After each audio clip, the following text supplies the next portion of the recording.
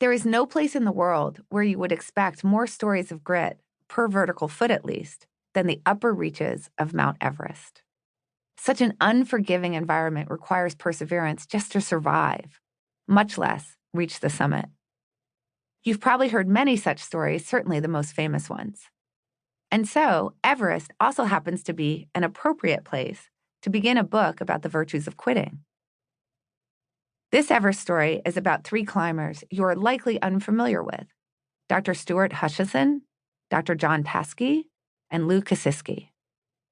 They were part of a commercial guided expedition of Mount Everest, operated by Adventure Consultants, one of the most successful, highly regarded companies guiding climbers to the summit in the 1990s.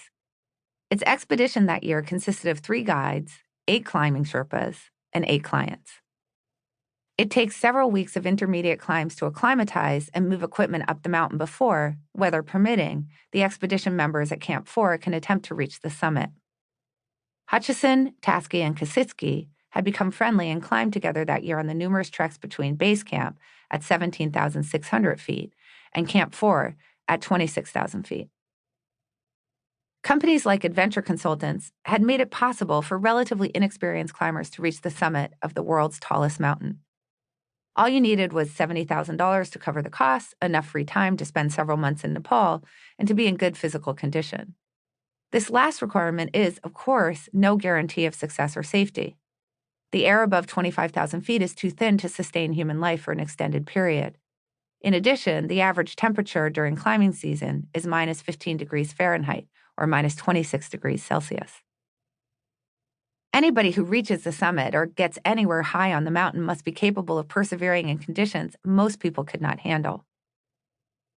Back at base camp, the expedition leader had impressed on the clients the importance of having strictly observed turnaround times for each day's climb up the mountain as they ascended from the foot of Everest to each intermediate camp and ultimately to the summit. While at base camp, the expedition leader set the turnaround time on summit day at 1 p.m. A turnaround time is, simply put, the time at which climbers are to stop their ascent, even if they haven't yet reached their destination, and return to camp.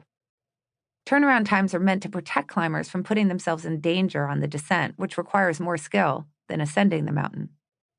Climbers on the descent can suffer from a combination of fatigue, oxygen deprivation, frostbite, changing weather, becoming lost or disoriented, falling into a crevasse, and darkness if they persist too long in their summit attempt. The darkness and fatigue multiply the likelihood of making a mistake and slipping on the narrow southeast ridge, where a misstep can cause you to fall 8,000 feet to your death into Tibet, or 12,000 feet to your death into Nepal. In fact, 8 times more people die on Everest on the way down than on the way up.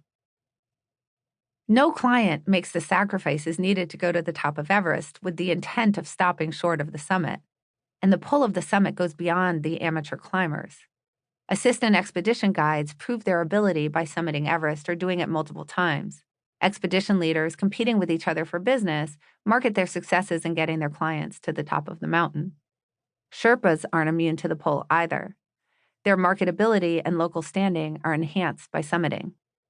Turnaround times are there to prevent people from making poor decisions to keep going when they're in the shadow of the summit, building into a climbing plan 3 crucial concepts. The first is that persistence is not always a virtue. Whether it is prudent to continue up the mountain depends both on the climbing conditions and the condition of the climbers. When those conditions warrant quitting, it is a good decision to heed those signals. The second is that making a plan for when to quit should be done long before you are facing the quitting decision.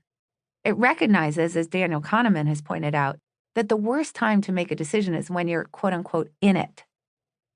On Everest, when the summit is within reach and you have sacrificed so much to be there, you are truly in it.